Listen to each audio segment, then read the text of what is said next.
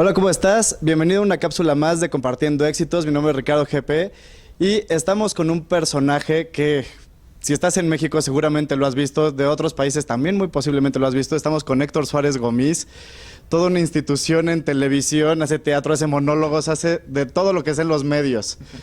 ¿Cómo has estado, Héctor? Muy bien, muchas gracias. Estamos aquí en el Café 22. Un extraordinario lugar, el lugar donde se hace la comedia más alternativa actualmente en el Distrito Federal. La verdad es que está muy bonito. Ahorita llegamos y fue como, mira, qué simpático lugar, está muy bonito. Es un gusto que nos recibas aquí, en este lugar. Y nos gustaría que nos contaras un poco quién es Héctor Suárez. Pues cuando hablas de ti es muy complicado, pero soy un tipo que me encanta llevarle la contra a todo lo que digan. Me fascina romper reglas. Creo que se nos va a recordar por las reglas que rompamos. Me encanta ir en contra del sistema, me encanta no hacer lo que hace todo el mundo, me encanta desde niño mi visión de la vida es ser pastor y no borrego. Entonces te metes en muchos problemas. Así, ¿cómo qué problemas te ha llevado esto? Bueno, pues no ser como el común de la gente te lleva a problemas, a que estés apartado de ella, a que no te entiendan, a que te critiquen, a que digan que eres un payaso, a que digan que eres un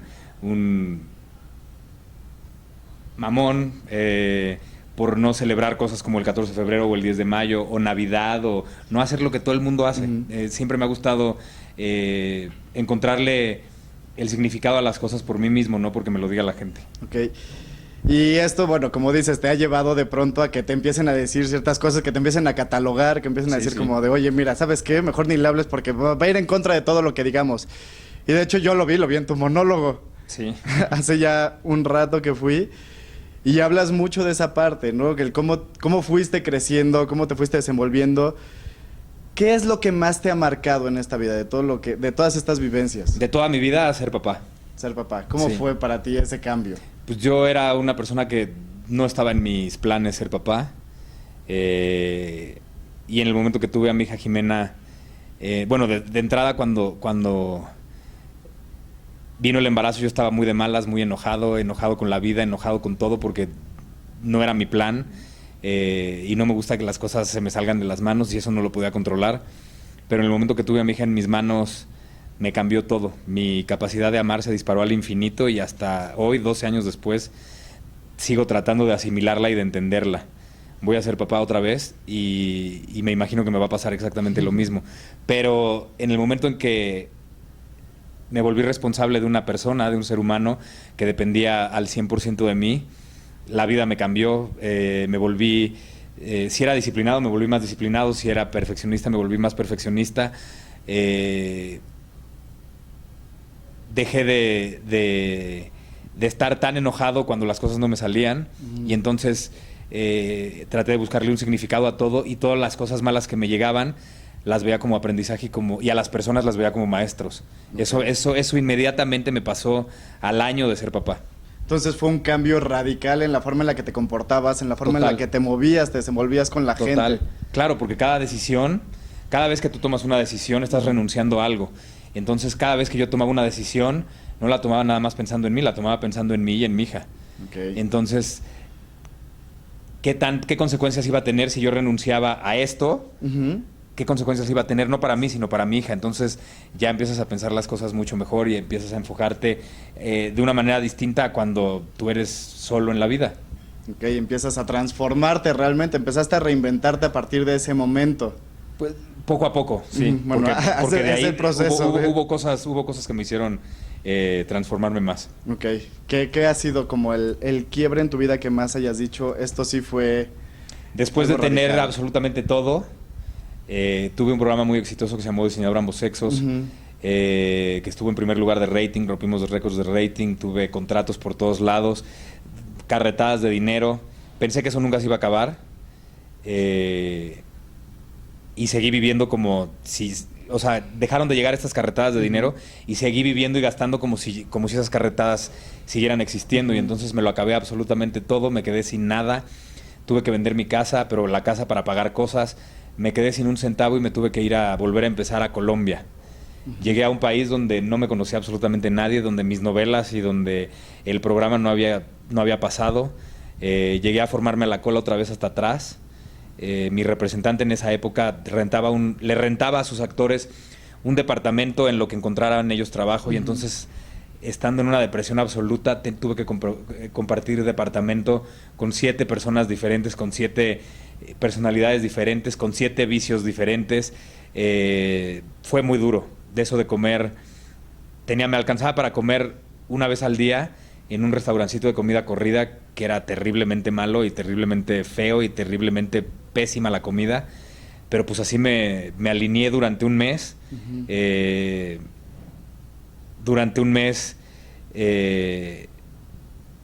decidí que si estos cuates eran sucios, no eran ordenados y demás, yo iba a limpiar como si fuera la mujer de servicio o el hombre de servicio del lugar. Iba a limpiar el departamento, iba a lavar los trastes, iba a lavar todo, pero al hacerlo estaba lavando mi alma, estaba limpiándome a mí, estaba limpiando mi espíritu y me estaba limpiando a mí mismo. Tenía caminatas muy largas, porque ahí no podía nadie verme tronado, ¿no? Tenía caminatas muy largas por todas las calles de Colombia que duraban 7 horas, 6 horas, con mis audífonos y mi iPod, oyendo música y llorando y llorando y llorando y tratando de analizar y de pensar y de repensar qué demonios había hecho mal. Hice una lista de todas las cosas que había hecho mal, de todas las cosas que había hecho bien. Una vez que me aprendí las cosas que había hecho bien, lo que lo tiré a la basura porque no me servía de nada, y me quedé con las cosas que había hecho mal, que era lo que me iba a servir. Y empecé a tratar de no eliminarlas, sino de lidiar con ellas. Creo que el éxito se obtiene cuando eres capaz de desarrollar tus puntos fuertes, no cuando eres capaz de hacer a un lado tus puntos débiles. Eso no te sirve de nada. Entonces, lo tuve muy presente y empecé otra vez desde abajo, desde cero, a tocar puertas, a hacer papelitos, y poco a poco, esto fue muy rápido en realidad. De un papelito me dieron otro y otro y otro y otro, y le gustó mi trabajo al dueño de una compañía televisora que iba a producir El Zorro, y me dijo que ya estaba el casting hecho, pero que me iba a mandar a escribir un personaje, que yo tenía que estar en su novela, y ese personaje fue uno de los mejores personajes de la historia, y mi vida empezó a cambiar. O sea, te crearon un personaje especial para que tú participaras en eso, y acabó siendo el personaje. Junto con El Zorro. Ajá. Me regresé a México y mi vida ya se iba a empezar a desarrollar en Colombia, y mi hija Jimena, llorando, me dijo que no quería que me volviera a ir, que no quería volver a pasar un año sin su papá. Y entonces, al no estar ni en TV Azteca ni en Televisa, las dos televisoras más importantes, pues tenía yo que inventarme mi propio trabajo. Y fue cuando nació la idea de hacer El Pelón en sus tiempos de cólera. Todo lo que yo había aprendido en alguna vez que tomé un curso de stand-up en Los Ángeles, lo puse en práctica, y como si fuera una manera, como si fuera un rezo. No era el Padre Nuestro, porque yo no soy católico, pero casi como un rezo, y como si fuera el Padre Nuestro, este maravilloso escrito de Einstein acerca de que cuando pierdes todo, o sea, cuando la desesperación y cuando no tienes nada, es cuando puedes empezar a tenerlo todo. Entonces, pues me lo leía y me lo repetía a mí todos los días, y estrené en este lugar un 20 de septiembre del 2008. ¿Qué pasa por tu cabeza la primera vez que dices, ok, voy a empezar a hacer yo, porque no tengo estas televisoras detrás, voy a empezar a crear yo algo que hacer? Cuando creas El Pelón en tiempos de cólera... Empecé a creer en mí muchísimo para que los demás también creyeran en mí. Cuando me subí al escenario por primera vez a hacer ese monólogo, me subí como la persona con la mayor capacidad para poder hacer el género de stand-up que existiera en el mundo, y la gente se lo creyó. Y la verdad es que lo ves enfrente y sí te la crees. Yo cuando lo vi fue como, wow, lleva miles de años haciendo esto. Uní fuerzas con mi papá. Le pedí que me dirigiera con la pequeña condición de que era bajo mis órdenes. este era mi proyecto y yo lo había escrito y yo iba a decidir cómo iba a hacer todo. Lo que necesitaba era a un genio como él que me guiara. Entonces me dejé guiar y me casé con la mía y creí en mí, y la gente, se lo di a leer a mucha gente importante del medio para recibir retroalimentación, y el 90% me dijo que iba a fracasar. Muchos me dijeron que no hiciera tal cosa, que quitara esto, que moviera esto, que no me atreviera a decir eso. ¿Cómo te sientes cuando llegan y te dicen, ¿sabes qué? Me encantó Quítalo. un productor que me dijo que tal cosa no iba a funcionar y tal cosa no iba a funcionar, y yo le dije, eso va a ser de aplauso, y de la risa más grande y de aplauso. Y el día que lo invité a verme y vino el aplauso y la gran risa, me fui caminando directito a su lugar y le dije, no, que no, cabrón.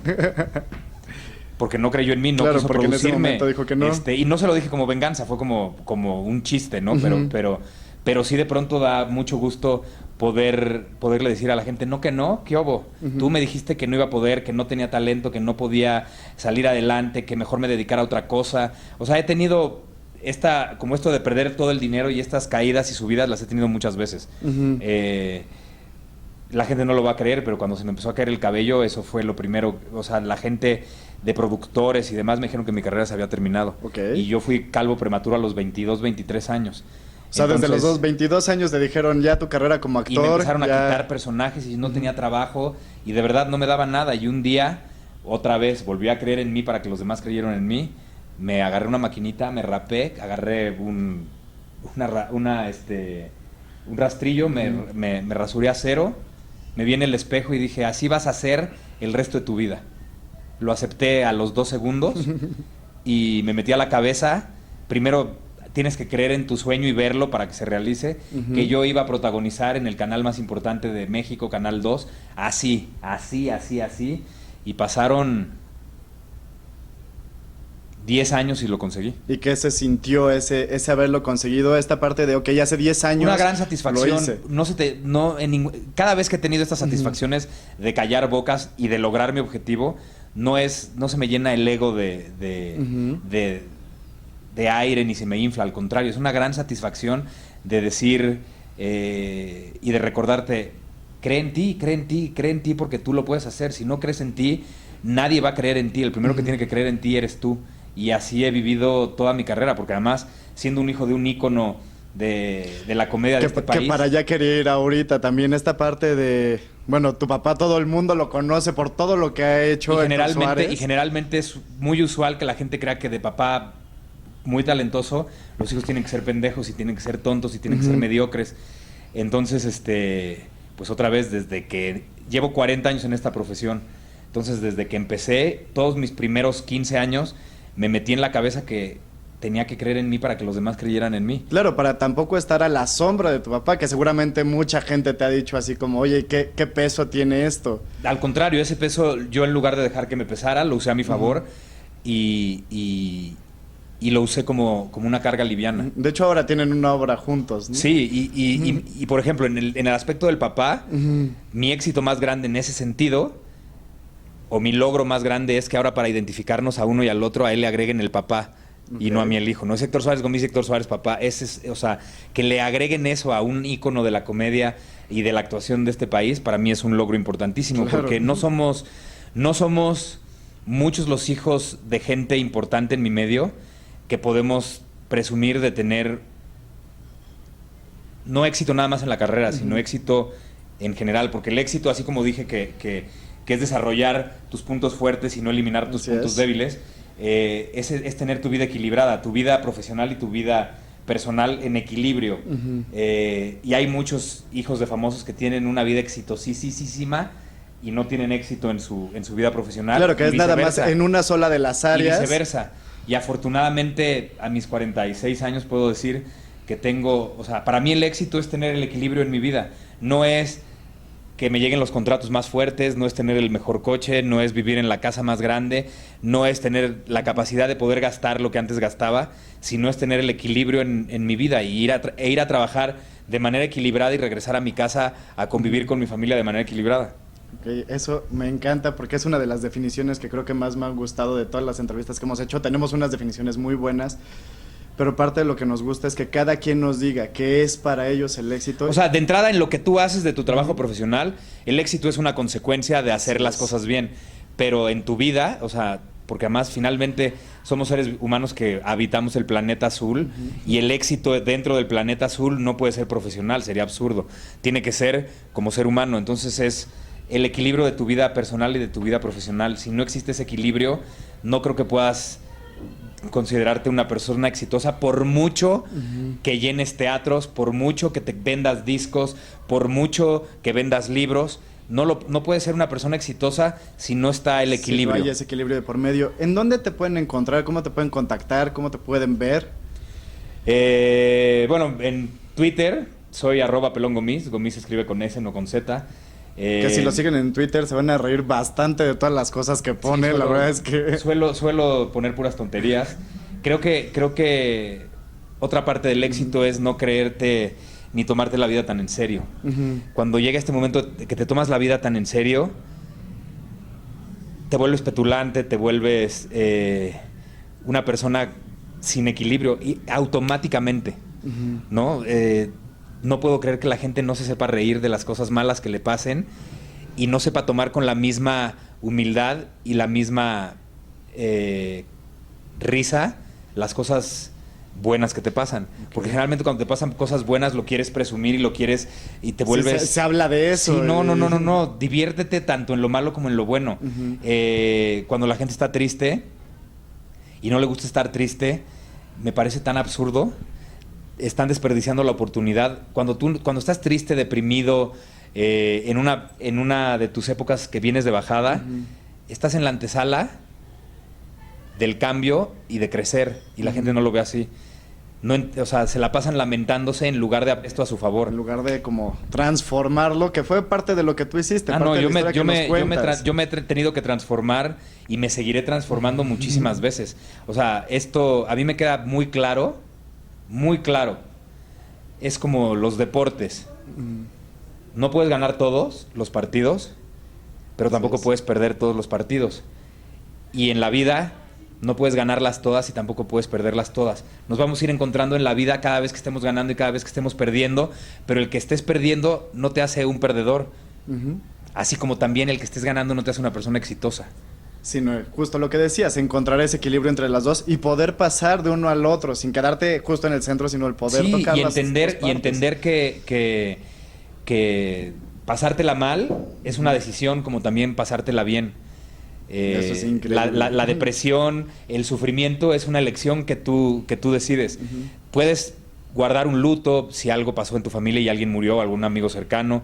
Puedes llevar un luto si algo en tu vida te hizo mucho daño y estás deprimido, pero te tienes que poner un hasta aquí y a partir de ese momento reconstruirte y volverte a transformar, porque si no lo haces te vas a ir perdiendo y de verdad una vez que lo quieras hacer, a lo mejor ya no estás ahí. Así es. Y en la segunda parte de esta entrevista, Héctor nos va a contar justo cuáles fueron los pasos específicos para llegar a esta parte. Pero dinos, ¿en dónde más te pueden encontrar? Pues me pueden ver en el Teatro NH, haciendo El Pelón en sus tiempos de cólera, que es este stand-up, monólogo, en el que hablo de las familias disfuncionales y hablo de mi vida. En www.mejorteatro.com pueden encontrar los horarios y los días en los que me presento, porque siempre van cambiando. Y @pelongomis y ya, no hace falta que me sigan mucho. Y en el Café 22, que está en Montes de Oca número 22 en la Colonia Condesa, ahí nos presentamos muchísimas personas que hacemos una comedia diferente de lunes a domingo. Sí, si están en México, vengan a verlo. Si vienen a México, pasen por acá. La verdad es que vale la pena muchísimo encontrarlo. Muchísimas gracias, Héctor. Gracias. Y nos vemos en la siguiente cápsula, en esta siguiente parte, en donde nos va a contar los pasos específicos justo de cómo salió de toda esta situación para llegar al lugar en donde se encuentra este éxito en todas las áreas de su vida. No solo, como decías, no solo es la parte de dinero, no solo la parte de trabajo, sino encontrar este equilibrio en todas las partes. Muchas gracias, Héctor. Gracias.